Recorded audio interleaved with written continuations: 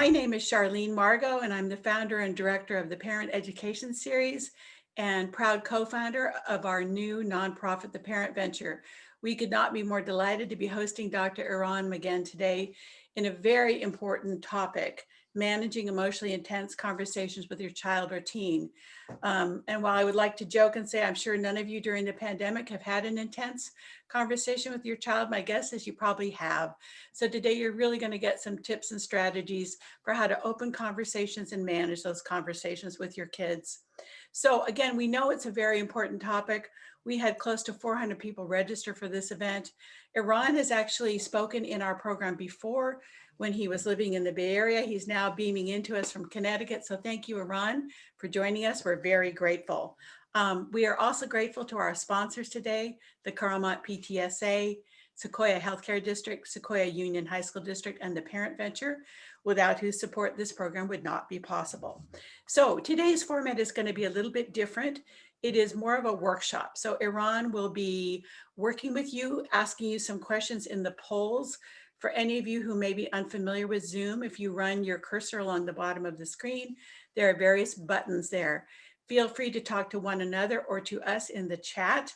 My partner, Bev Hartman, will be putting various links about today and the Parent Education Series and Parent Venture, as well as for Eran, in the chat. But we ask that you put your questions in the Q&A box.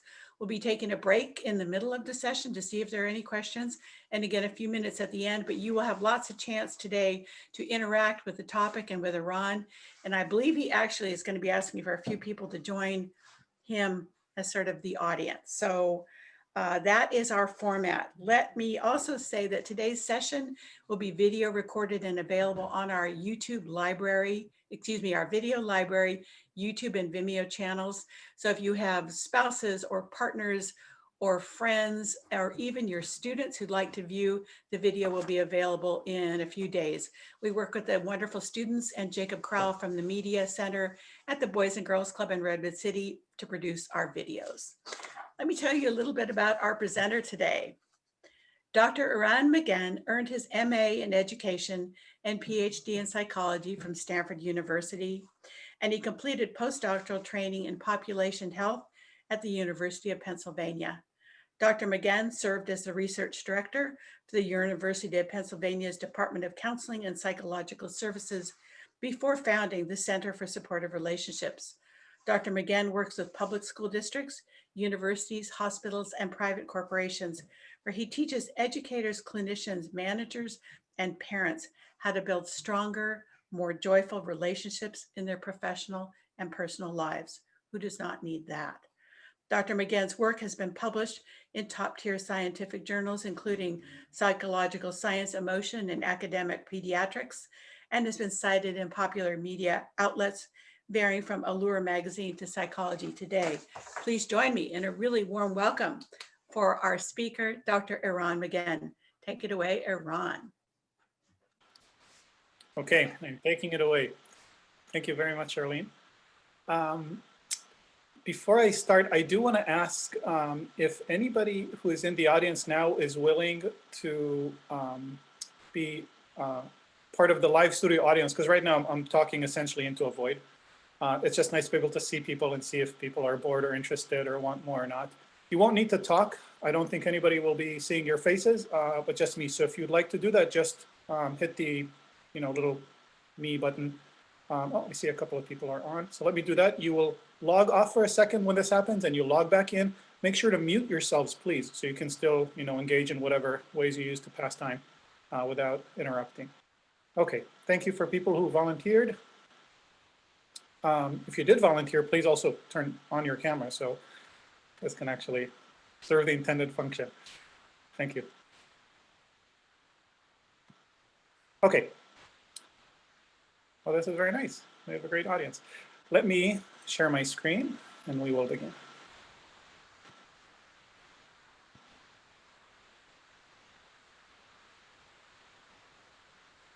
Okay. Can everybody see the screen? Yes, great. See how good it is to have live audience that can just nod their head. Okay, I'm going to start. So let me just say a word about myself, and then maybe you'll say a few words about yourself. Charlene said a lot of it, really. I live in Connecticut now. I have a 3-year-old son, although I've worked with kids from many ages for a while now. I'm just gonna test out the polling feature, just so you can get used to it as well. So let's say this, you'll see a poll that says yes, no, or maybe. And let's say, who here has somebody who's a child who's in elementary school? So if you do, say yes. If you don't, have no. And if you're not sure, say maybe. So close it in 4 seconds. 3, 2, 1. Okay. Oh, wow. Okay, so about a third of people here have elementary. And then presumably, how many people have kids who are younger than elementary?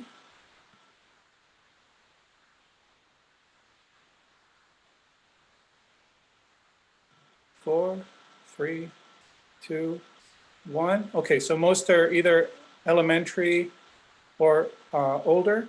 And then how many people here are actually in the Bay Area? Because my understanding is that recently we started getting people from outside, which is great. So who is in the Bay Area? 4, 3, 2, 1, and also Katie and Emily by vote of hand. Okay. Oh, look at this. Look, Charlene, like almost 10% of people are not. And 1 is maybe in the Bay Area, which means either in orbit or just north or just south. Interesting. Okay. You all get this? Let me go back to where we were. How did we get all the way up there? Okay, so we're going to talk today about navigating conversations. I apologize. I'm not quite sure which one you're seeing right now. We're saying introduction. Great. Okay, perfect. Thank you. So let's continue from there. In general, the kinds of things that the framework that I think in is with emotional intensity or amount of charge, and it can be anywhere from very little to a lot. And I divide it into 3 zones. There's kind of green zone, and when people are basically fine, then that's the time to be building relationships, strengthening relationships and goodwill. If things are kind of in the middle, moderate charge, these are times when supportive interactions happen. People are a little upset, or sometimes a lot upset, but not completely freaking out, which is red, which is when we really need to do essentially crisis intervention. And the rules are completely different in crisis intervention than at any other time. Today, we're going to be talking about kind of lower to middle range supportive interactions. And the specific setting is when your child is upset, but not with you. Because when your child is upset with you, it gets harder. It's still the same skills, honestly, but it's just harder to implement them consistently. So the general scenario is your kid is upset about something and you're trying to be there for your kid. At the very end, if we have time, I'll tell you there's a class that I do that's longer and covers like the whole thing. This is essentially a snippet of it that I hope will be useful by itself. Okay, this is Earl. Earl is somewhat of an internet phenomenon. It turns out that Earl is not actually upset. That's just his resting dog face. He just looks like that. But the picture really makes me think about what it would be like to feel like this, and just remembering that these happen, and maybe these days it happens more often that people feel like Earl looks. And so the question is, when you realize that your child is unhappy for whatever reason, what do you do, right? Clock starts ticking. It's like, what can you do that's actually helpful? And if you take nothing else from today, if you have 30 seconds of attention span and then you're tapping out, then here's the bottom line for you.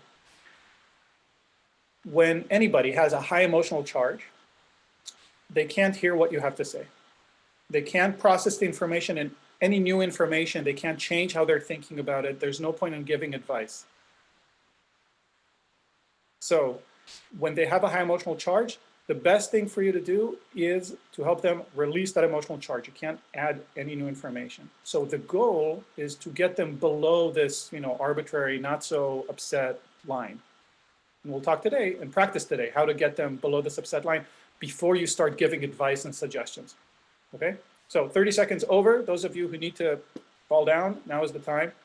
Otherwise, we will continue.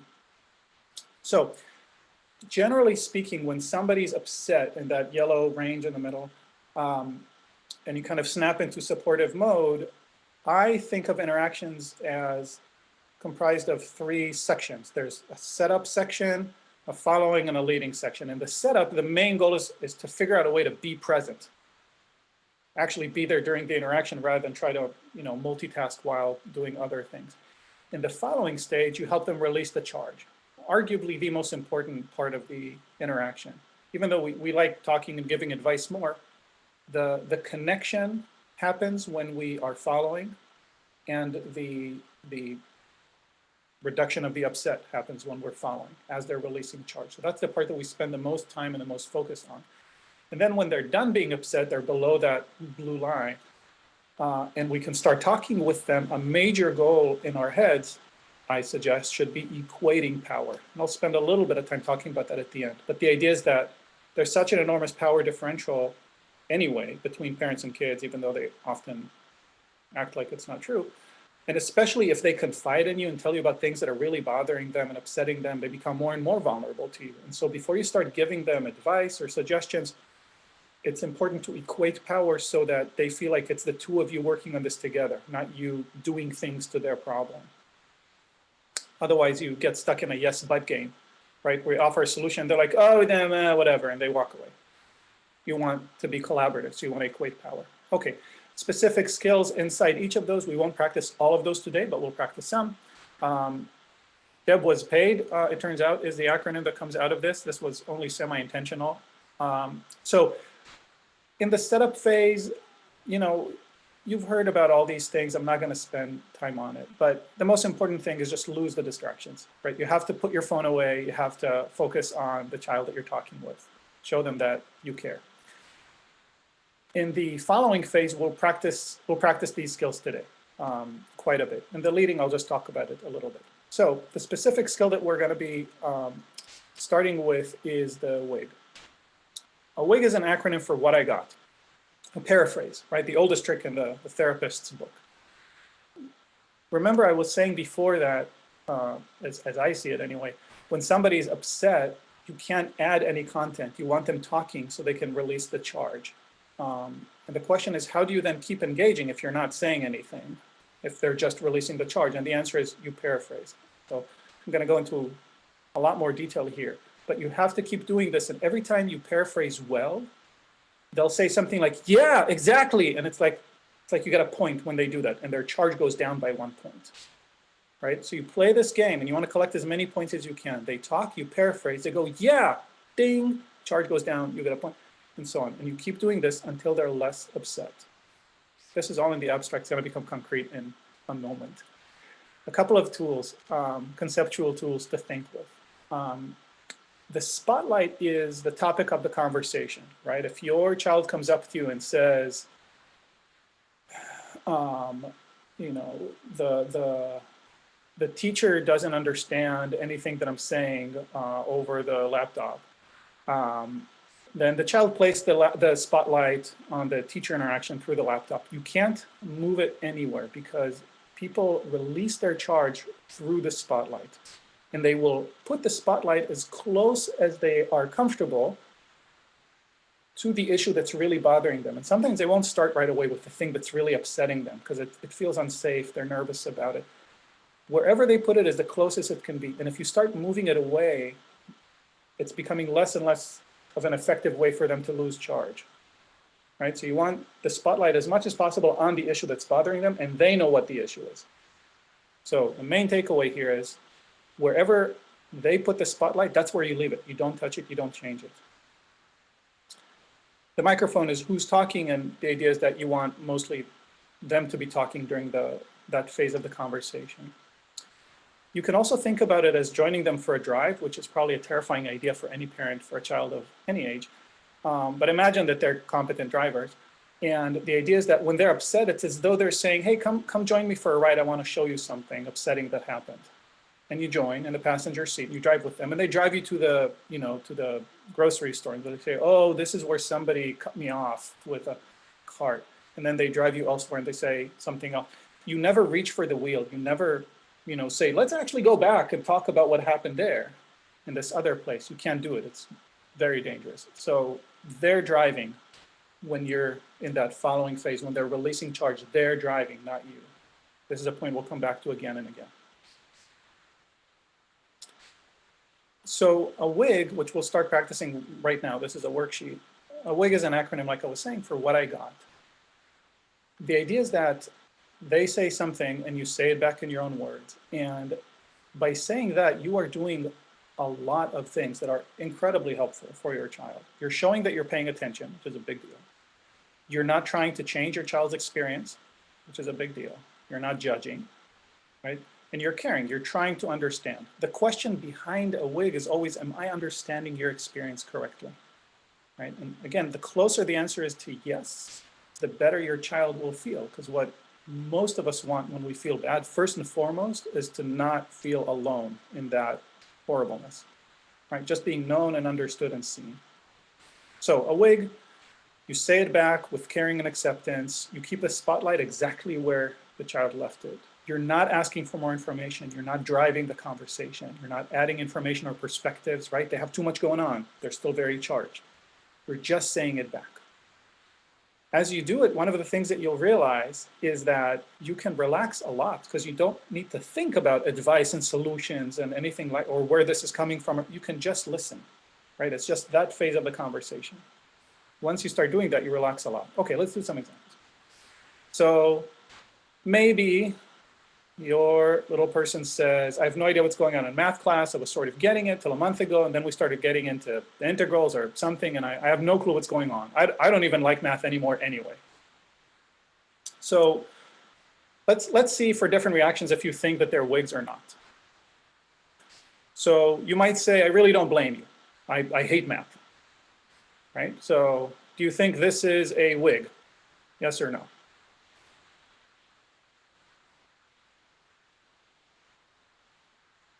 Close it. 4, 3, 2, 1. Ba-bam, ba-bam. Okay, most people are saying, no, this is not a WIG. You're kind of sharing an opinion there, right? You're a little bit stealing the spotlight because now you're talking about how you feel about math. It's a little bit of a spotlight steal. It does acknowledge that the other person, that the kid here hates math, right? So in this sense, it's WIG-ish. But it's pretty far still, right, from just saying something back. Let's try another one. So you might say, have you talked about it with your teacher? Is it or is it not? 4, 3, 2, 1. Okay, roughly everybody feels the same about this. Like, this is a very sensible piece of advice, right? But you don't start with it if your child is upset. Right? A lot of things are, it's a good idea, but not now, later. Right? While they're upset, they just need to feel heard. Okay. So math was making sense to you until you got into expanded integrals or whatever it is you're doing now.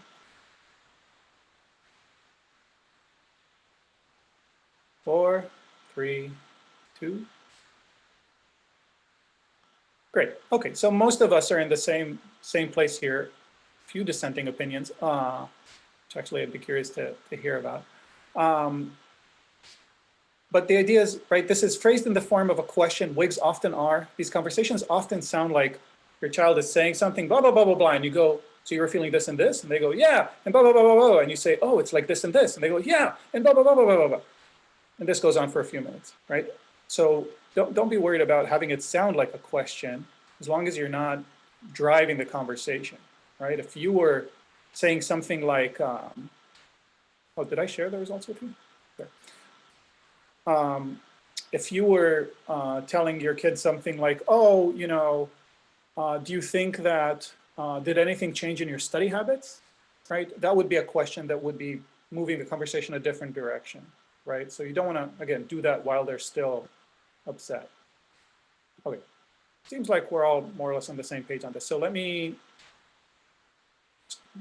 kind of blast through another example. You can save some time. So Tina's been acting really weird around me. It's starting to bug me. Every time I get into the same room, she starts whispering with some of the girls and looks at me in a weird way. It's really annoying. So you might say, oh, come on, you've been good friends with Tina for 3 years. I'm sure it's nothing. I'm not going to pull this. It makes sense, right, to often jump to a solution, try to get to say, oh, it's not a big deal. Be super careful about minimizing a problem that the child has while they're upset. Again, this is always the refrain here, right? They process things, we all process things very differently when we're upset and when we're not. And the goal is just to help them become less upset by showing them that we're listening and paying attention, by connecting with their experience. So you might say, do you know what she's saying when she's whispering with all the other girls? And now you're driving the conversation, right, when you're doing this. Or you might say, do you think maybe she's upset with you about something? Let me just do a little reality check. So how are we feeling about this last one? Wig or not a wig? Do you think she's upset with you about something? 4, 3, 2, 1. Okay. Vast majority no. A few people say yes. I'm curious. Oh, but this is a webinar mode. I can't get people to talk. Most people. Okay, usually I would be asking somebody to tell me what you like about this, or tell me what you don't like about this. So I can see again how this is pretty minimal problem solving, right? You're still trying to give your kid a lot of latitude in thinking about this. You're kind of suggesting something, but you give it back to your child to solve. But again, the reality is that you're moving the conversation in a different direction. One more quick example. I think I took on too many commitments. I thought they'd be fun and interesting. Now I'm just really stretched to my limits. And again, I'll just move through those. I think we all understand what we're trying to do here, right? So you might judge the child subtly or not subtly, or you can give advice, or you can reassure that everything's going to get better. And again, all of these are nice things to do after they're done being upset, okay? Just not right away, as opposed to just saying straight on what they said to you back. So you feel like you took on too many commitments. And it's amazing how well this works, right? When you just say this to a person who's upset, they'll just keep talking. They want to be known. Okay, this is a wig. The idea is that you do this a few times. You might do this for a few minutes, depending on how upset your child is as they talk. And you will feel like you're doing nothing. You'll feel like you're not helping. They might even get a little more upset at the beginning because they'll start getting closer and closer to what's really upsetting them, right? I'm not good at math. I lost it all. Actually, I'm kind of behind on everything. I have no idea what's going on. You know, I feel really dumb. My brother has everything really easy. And for me, like, it'll evolve as they realize that you are listening, that you're not directing the conversation. So you want to let them go. And at some point, they'll stop talking. So they talk, you wig, they say, yeah, they keep talking, you wig, they keep talking, you wig, and at some point they talk, you wig, and they say, yep, and they stop talking. And that's maybe a situation in which they're done with the emotional charge, and you can move on to the next part. Before I continue, let me pause for a minute and ask Charlene if we have any questions that came in the meantime. This feels like a good kind of middle break point. Yes, Eran, we actually do have one question. Hello. How do you help your child release their emotional charge if they won't talk to you about it? Good question. Yeah, very good question. You know, could arguably provide a punching bag outside the door in case that's what they're into. There are basically two things that you can do. One of my answers is going to be very annoying, and one is less annoying, and I think both are true. So one is, if they're not talking with you when you're upset, that means that there's more work to do with them when they're not upset, in order to build a stronger relationship so that they want to come to you when they're upset. Right? You have to dig that well much earlier. And there are lots of things to do in order to build the kind of strong relationship that will encourage your child to come to you when they're upset. It's not today's topic, but I'm happy to talk about it, and maybe in the end, if we have time, I can also just spend a few minutes on that. But basically, it means there's some work to do during the green periods for the child to come to you. The other thing that you can do, this maybe also relates to a similar question that sometimes comes up, kind of how to get my child to talk if I know that they're upset but they won't talk to me, is you can wig what you're seeing even before there's a conversation, right? And you just say your observation really cleanly, no judgment, no interpretation, no advice. So you might say something like, hey, Judy, you know, I noticed the last couple of days you weren't joining us all for dinner. And, you know, usually we eat together, and it seems like last couple of days you were really kind of upset around dinner time. And it sounds like you're spending just less time talking with your friends. And I just noticed all this and I wonder what's going on. Right, so super open, just here's my observation, tell me what you want or don't tell me if you don't want, right? Or you could nudge it up a step and you could say, here's what I'm observing, and, you know, and I'm a little worried because this is so different from the usual thing, so I just want to know, you know, if everything's okay, and if Judy says, you know, it's fine, Mom, I don't want to talk about it, you might say like, okay, you know, we don't have to, but I want you to know, you know, I'm here, happy to listen anytime about whatever, and just saying that explicitly and calmly, not like digging it out of them, right? But making it very clear that your door is open, even if theirs is closed, is another way to start it. So if they won't talk, either do more work during the green time, always a good idea, or wig what you notice, which will often touch just enough what they're doing and kind of reorient them to the fact that you're really paying attention and care, and they may start talking. Otherwise, no magic answers from me. I apologize. Eran, we have a couple of other good questions. If you're able to answer them briefly, would you like to? Yeah. Okay. This is a really good question. Is it okay to let your child cry and get it out emotionally in that way? My spouse doesn't think it's appropriate for a teenager to cry, but I think it's helpful to get the release. Well, I mean, I have a personal opinion, but there's probably a wiser kind of cultural perspective around it. So, you know, I don't want to mess with people's cultures, and what you believe may be important culturally. I think, yeah, absolutely. Part of the goal is to be able to process and release emotions, which looks different for different people. Right? For some people, they may get super angry, and some people may get super sad, and some people may need to run around for a while, or whatever it is. So I think it's a wonderful thing if I talk with somebody who shares with me to the point that they are so moved that they start to cry. Then they got someplace really real. They connected with the real emotion that they're experiencing, and usually they feel much better afterwards, having been able to share that. So that's my personal opinion. Okay, and one more quick one, Eran, and then I'll let you go back. How is this process different when the child is mad at you specifically? Yeah. So I think about it like belts in a martial arts system, right? So I think that the stuff that we're doing now is kind of yellow, orange belt type deal with emotional intensity. And then when somebody's upset with you, anybody really, it immediately becomes a brown or black belt exercise.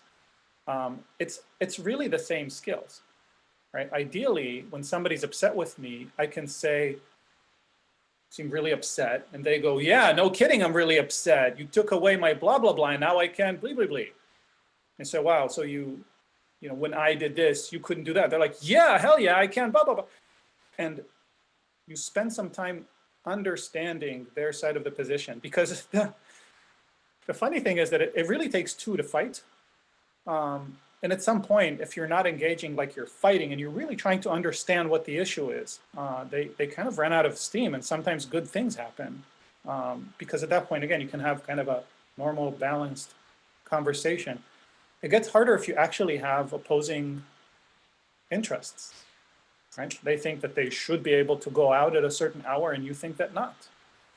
But as long as people are upset about it, it's hard to have a reasoned conversation or have reasoned differences of opinions. If you can show that you understand, not just say it, but if you can convince them that you really get how important this is for them to go out past a certain hour and how upsetting it is to not be able to. they'll calm down a little bit, and they may be able to hear you and your concerns and how you're feeling about it.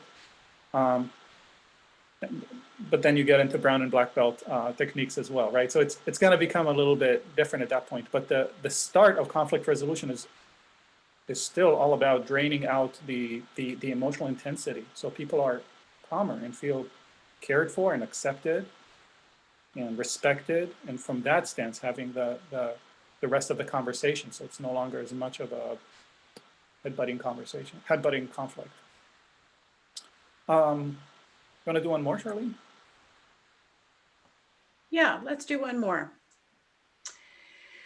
At times, my daughter will turn her charge, anger, from something else to anger at me when we're talking, and then it goes into the red zone. Maybe because I wasn't using wigs. What do you do in that situation? Turns her anger from something else to anger at me when we're talking. Well, this is kind of a combination of the last few questions. It's interesting. I would need to know more about this specific situation, but I'll just imagine one in which I talk with somebody, so let's say, my son is upset about the stupid computer always freezing when I'm trying to do schoolwork and I can't and I say, do you feel like you need a different computer, or do you think that if you sat in a different part of the house, you'd have better connection? Then they go, it's your fault, you never blah, blah, blah, and you should get me a better computer and whatnot. So I'm imagining something like this. So we now just move to the previous answer, right? Where you say, okay, so, and like really factual, like, okay, so for you, the main thing that's holding you back from having a good school experience is having a better laptop. You feel like if that was it, then it would be easy to, or whatever. And again, just try to wig and stay calm and have a conversation about it. If it's kind of out of the blue and shifts from nowhere, I would wig that dynamic, right? To be able to say, wow, okay, a second ago you sounded really upset about your friend, but now it seems like you're really upset with me. Is that right? Are you upset with me right now, or are you upset with your friend, and just kind of having that energy while you talk? Just say it, right? And see what they do with it. But yeah, I'm very curious about the specifics, but I don't know what they are, so I can't quite give a specific answer. Okay. All right, last quick one, Iran. Yeah. I think this is going to be related. What do you do if your child is having a tantrum? I don't know personally the age of the child. Right. So I can tell you what I do when my 3-year-old son has a tantrum, which is very much similar to what I did when he was younger, but I don't know if I'll do the same when he's 16. But right now I basically let him have his tantrum. So a tantrum is kind of a single person release of charge, right? It's a non-relational charge release. And it's okay. He can go at it for a few seconds. And usually after a few seconds, like the physical stuff comes down. I don't try to force him to do a different activity unless, like, again, I mean, if it's dangerous, then all bets are off. It's a crisis. But, and if we need to go someplace and it's a real hurry, even then, like, I'd rather be late by a minute or 2 or 3 than force him and lose so many points in the relationship, right? So I let him get the initial yuck out. I stand and I watch. And he's like, oh, no. And I say, you look really sad. Are you really disappointed that we couldn't bring the fire truck with us, or whatever? And then at some point, it usually will convert to something more like crying, right? Less angry and more crying. The more I can show him that I understand what's going on for him. He's less angry and he's more sad or upset or frustrated, and I talk with him about it and I give him words for the emotions. And I say, I'm really sorry that we can't do this thing right now. But at that point, we're having more of a conversation because the charge sort of released in his 3-year-old way of releasing charge. So that's how I would do it for a 3-year-old. For older, I think it would be different. But again, that's what comes to mind first. Let me continue, just so we don't run out of time. But then we can have more Q&A afterwards. Okay, so on our last episode, we were wigging and the charge was going down. And we started way up here. Can you see my arrow there? Yeah. So we started way up there and we wigged and they went here. And then they said, blah, blah, blah, blah, blah, blah, blah. And we said, oh, wig, wig, wig. And they said, yeah, bing. They said, blah, blah, blah, blah, blah. And we said, oh, wig. And they said, yeah, bing. And then they stopped talking. In reality, it'll take more than 3 times, but you get the idea. So once they stop talking, that's kind of the biggest sign that they don't have anything really upsetting going on, assuming that, again, you have a conversation dynamic established and not a slam door dynamic established. And at that point, you want to check if now is a good time to shift to the last part of the conversation where you lead, right? Where you give advice or ask questions or change perspectives and so on. And the way that you do it is with a summary. So a summary is a lot like a wig. It's kind of a big wig where you summarize the whole story. So it'll be 2-3 sentences instead of a single sentence. So you might say something like, okay, so let me just make sure that I'm understanding the whole thing. You're saying that when we first moved here, you felt like, you know, you'll never have any friends and it was kind of terrifying, but then you met people that you really liked and you started enjoying yourself here and you found the class and you really like the karate class that you've been going to. But then, you know, since the pandemic hit, bam, you feel like you just lost all your friends and you were talking with them on the phone or on Zoom and whatever, but it doesn't feel the same. So you feel like you're kind of back, you know, to essentially having just moved here, right? Like you lost everybody. That's a summary. And so at that point, your kid will do one of 3 things. Your kid will either say, yeah, and you know, I'm also really worried that blah, blah, blah. So their charge kind of increased as they thought about it, right? And you know what to do if their charge is high. You just go back to a wigging stance and it's fine. And usually when this happens, you've peeled a layer. You've kind of entered level 2 and now I think in game terms a lot. So you've entered level 2 and now they'll tell you about something deeper. They'll kind of shift the spotlight, you know, one layer deeper for you. This is quite common actually. The same thing can happen if they say, no, that's not exactly how it went. It was more like blah, blah, blah. So they're explaining more to you. Great, you're learning more charge released, excellent, continue wigging. Or you'll finish your summary and they'll say, yeah. And they won't say anything else. And at that point, you're good. The charge is out. You can have a normal conversation, congratulations. Okay, moving on. So if these are the phases, we said there's a setup that's kind of internal work. We didn't really talk about it today. There's the listening phase where you help them release the charge. I talked about WIG a lot and we did a couple of exercises. I skip over the ask part. The ask is there really just to remind you not to ask questions unless you absolutely cannot follow what they're saying.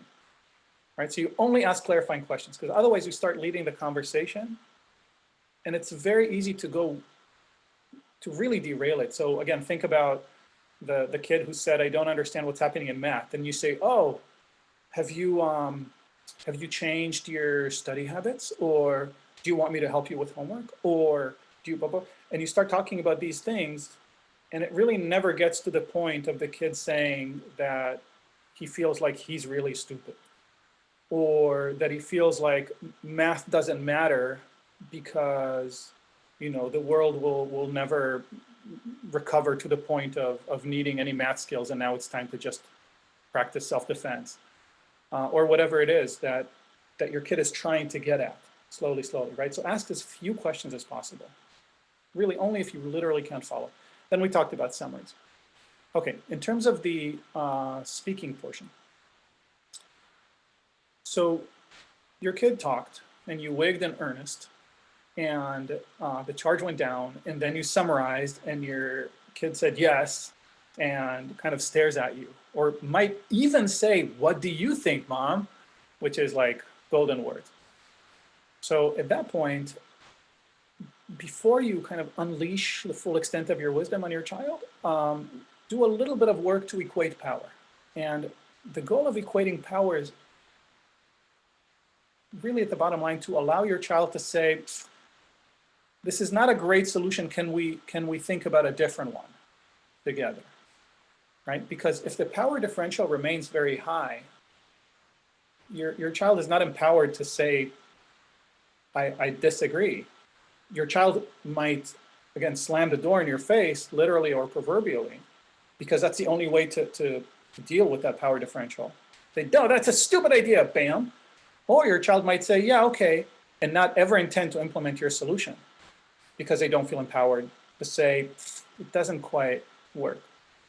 So I'm presenting extremes. Obviously, there are going to be points in the middle, and your child might be able to say it with some difficulty or just fine. But a way to assure that your child is able to say the solution is not quite right is to equate power. It's also a good way to ensure that they come to you next time, because it's extremely rewarding, especially for a child, to be treated with great respect by their parent, right? And you want to make this experience of talking with you about something upsetting rewarding and beneficial. So a few moves you can make in order to equate power. One is ask for permission before you start leading the conversation, right? So you literally say, can I share some thoughts? Or do you want to hear some suggestions? Or this reminds me of a story from when I was, or anything like that, but ask for permission. And most of the time they'll say, yeah, because you've done such a wonderful job of listening to them and so attentively, right? And sometimes they'll say, you know what, no, I need to kind of stew on this a little bit. Fine. They got it off their chest. You did most of the good that you're going to do in that situation anyway, right? So ask for permission and take their answer seriously. They'll usually say yes. Unleash your wisdom, ask your questions, share your perspectives, whatever you want to do. And in that also, admit your ignorance about their situation. That's a big one, right? So you know them extremely well, but you're not them. And there may be parts of the situation that they're not sharing with you. So it's good to say, from what you told me, I do have a thought about what you could do. But I realize I don't know the whole situation. I don't know all of your friends, and I don't know how the whole thing works, right? So just a heads up. But here's what I'm thinking. Just that. And this gives them a great window to come back and say, you are missing a piece. Let me tell you about it, right? Without having to tell you without having to argue with you about whether or not you're right or wrong, right? You're inviting it. Lastly, especially after you give advice, ask them to disagree, to tell you what's wrong with the advice, right? So you model extreme non-defensiveness, right? You invite critique because you're trying to think about it together with them. You and your child are a team solving this problem, right? So you're like, let's think about what's not going to work about this. And you're starting this kind of inoculation process, right? Psychological inoculation, and you're starting to troubleshoot. And again, demonstrating this non-defensiveness. So you say, do you think that would work? Do you think there are parts about it that might, not work like I'm thinking? And this will generate a lot of conversation. And it's amazing for a child to have a parent ask for their opinion about something that they tell me I'm wrong. It's an amazing experience. So the whole thing together honestly takes about 10 seconds more than it would if you weren't doing the whole thing and just only giving advice. So if they're done talking, you're done wigging, you summarize, they say yes. So then you say, do you want to hear what I think? They go, sure. I say, okay. From what you told me, it sounds like it's a big problem when blah, blah, blah. It sounds like, whenever everybody goes out on a bicycle, some kids really want to wear masks and some kids really don't want to wear masks. And you feel really torn because, you feel like it's very important because we see grandma, but you also, you don't want to look like a nerd in front of everybody. So, I mean, I realize I don't know all the kids involved and how the whole thing works, but, as I see it, are you able to put on a mask yourself and just kind of hang out more with the kids that have masks while you're riding around? I don't even know, time out, right? I don't know that that's a great solution. I'm kind of improvising this whole scenario, but let's pretend that that's actually your opinion. So you might say, do you think that you could, wear a mask and mostly hang out with the kids that are wearing their masks and ride with them? Do you think that would work? Do you think, would that create any other problems for you? What do you think? That's it, right? And now there's a conversation. Everybody's calm and talking about it, right? And they get to feel like you cherish their opinion, like it matters. Okay, so that's the whole process. The setup, the listening or following part, the speaking or leading part.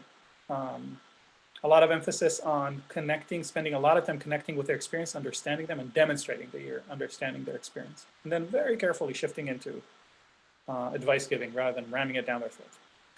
Okay, let me see what else I have. Oh, I have two things that I promised my good friends I would do, because this is the first time ever that I'm like actively promoting my newsletter, even though I've been doing this for about 12 years, because I made a promise. So those of you who are interested in more stuff like this or training opportunities or whatnot, you can go there, sign up for the newsletter. There's something that goes out usually every couple of weeks, you know, tips or thoughts or ideas and so on.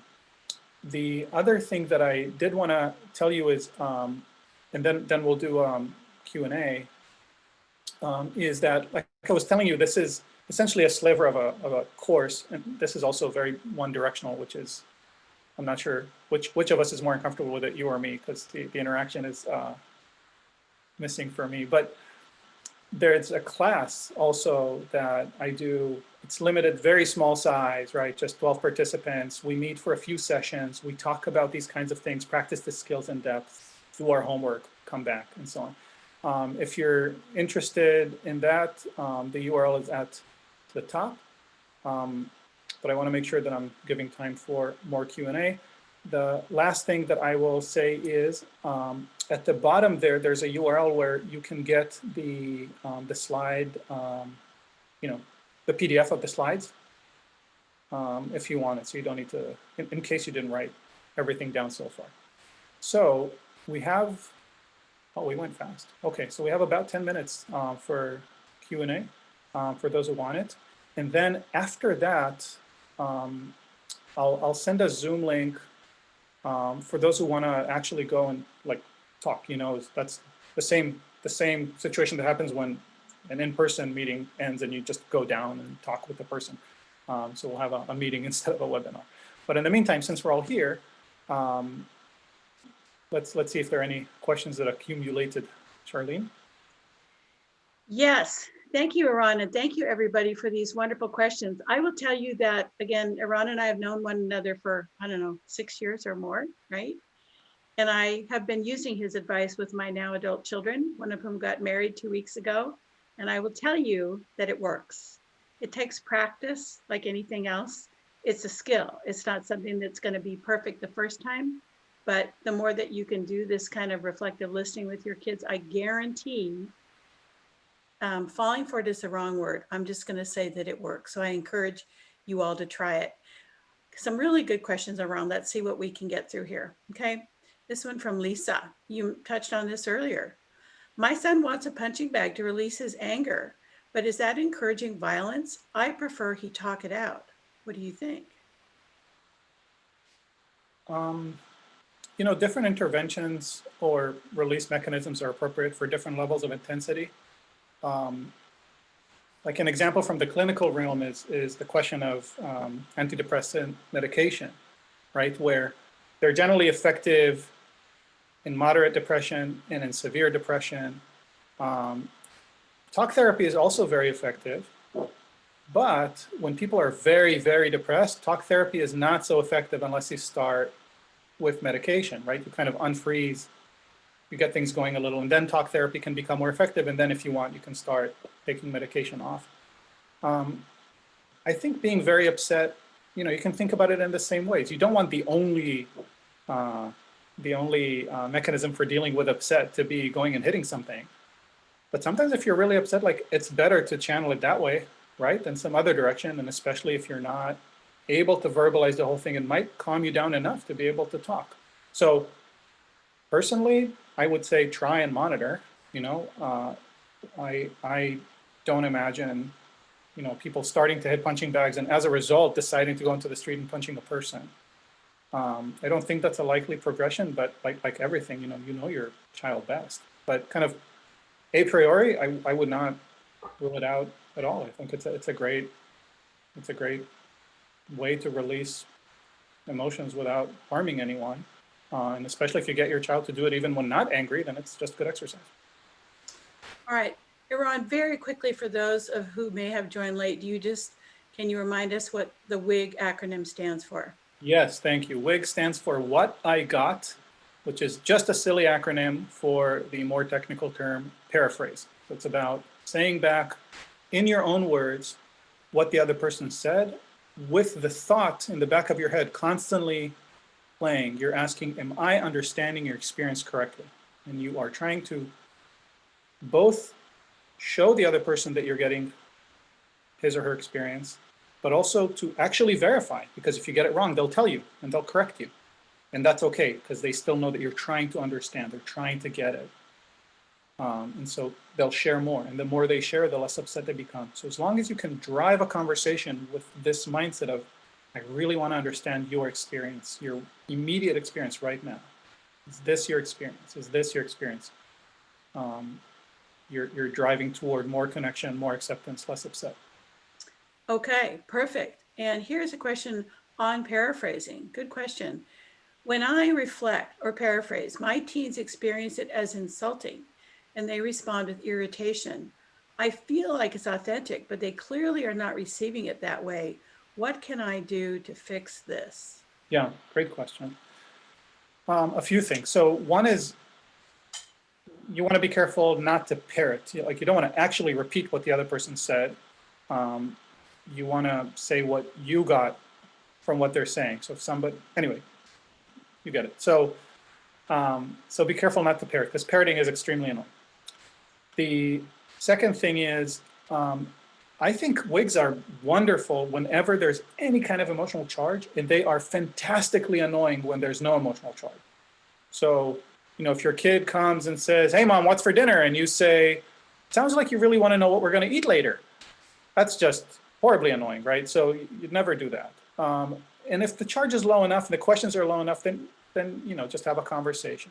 But if you think your child really is upset about something, and they talk and you try to wig and they instantly blow up at you, I think it's okay then to be really explicit about yourself and your intention, right? To say, I just want to make sure that I understand what you're telling me.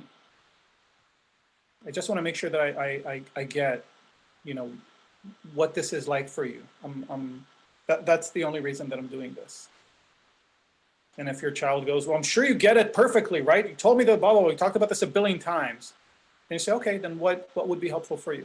Like, fine, sometimes it won't work. This is not panacea. I think it works really often, but sometimes not. So then just get very explicit. And again, very respectful. Be like, what would be helpful for you? What would you want to do? What I want to do is understand. But what would be helpful for you? That's how I would handle it if somebody was upset. I would say, here's my goal, and what would you like to do? Okay, thank you. Great answer. We have a couple of questions around For Dr. couple questions around siblings.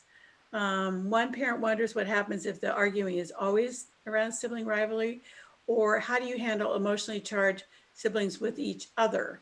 Lots of bickering and getting in each other's business. Then of course it makes mom and dad get charged. Any advice on that fun sibling bickering rivalry? Yeah, a few thoughts. So this, again, I think is one of those topics where a lot of the work needs to happen in the green zone, not in the yellow. When people are upset, it's hard to do productive things with them, right? You need to get them unupset first. And ideally, you do such good preventive work or setup work in the green zone that they don't get as upset, or when they're upset, they're open to work. So if siblings have a hard time with each other when they're bickering, usually the time to solve it is not while they're bickering. Actually, it's happening right now. Accept it. Set some ground rules. Everybody's eyes have to stay inside their skulls, things like that, and then wait for it to be over. But when they're in a better place, think actively, instead of being like, oh, thank God, they're each in their room, some quiet, engineer some activities to start bringing them together in more peaceful ways. And if they can't tolerate, watching TV together, maybe they can tolerate everybody going on a walk together. And if they can't tolerate walking next to their sibling, then maybe they can tolerate, scouting ahead while you walk with the other. Excuse me, but engineer activities that get them to be able to tolerate and eventually, ideally, enjoy each other's activities. So this is all about doing work, excuse me, in the green zone. The other big thing about it, of course, is modeling, right? How do you handle annoyances from other people in your life? Right now is a very unusual time because a lot of kids are seeing a lot of their parents when they work. And often we have really different work personalities, and sometimes it's terrifying to see like fun, cool dad suddenly become this like extremely strict, scary person on the phone, because like we don't even realize that we're such different people. So we have to be very careful about or very mindful, I should say, about what we're modeling to the kids. So both in terms of how we treat other people, certainly how we treat other people in the family, right? And the younger the kid, the more helpful it is to be kind of annoyingly explicit about it. See, like, oh, honey, you would like to sit in this chair now, even though I'm sitting in it? Okay, yeah, of course, you can sit here. Something like that, right? And it becomes more and more, subtle and interesting the older the kids are and what they can get. So a lot of work in the green zone for the siblings, and a lot of attention to modeling how you interact with other people as well as with children. Thank you, Ron. Great one. It is true. It's different now with everybody or many parents at home. Couple of questions. I love these questions, and I hope we can get to everything. If we don't, my apologies in advance to all of you asking such great questions. Can you talk a little bit about getting boys versus girls to talk?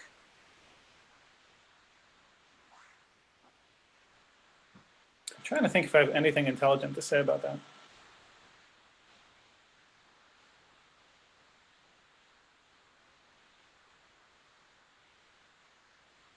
I don't. I think it's really a question of what's the type of connection that you have with the child, and you'll have different types of connection with different kids. I think it does connect, again, in terms of the work that you do in the green zone.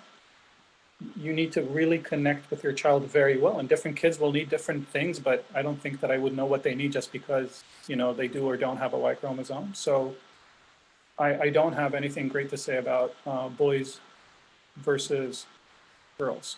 I apologize. 0 points. That's okay. That's okay. You're saying the advice is fairly universal, which I would agree with. Sort of in the same realm, this is a family question. We have an only child, and so when we're talking, should it be just one parent? It can seem like double adult power over a child. What is best?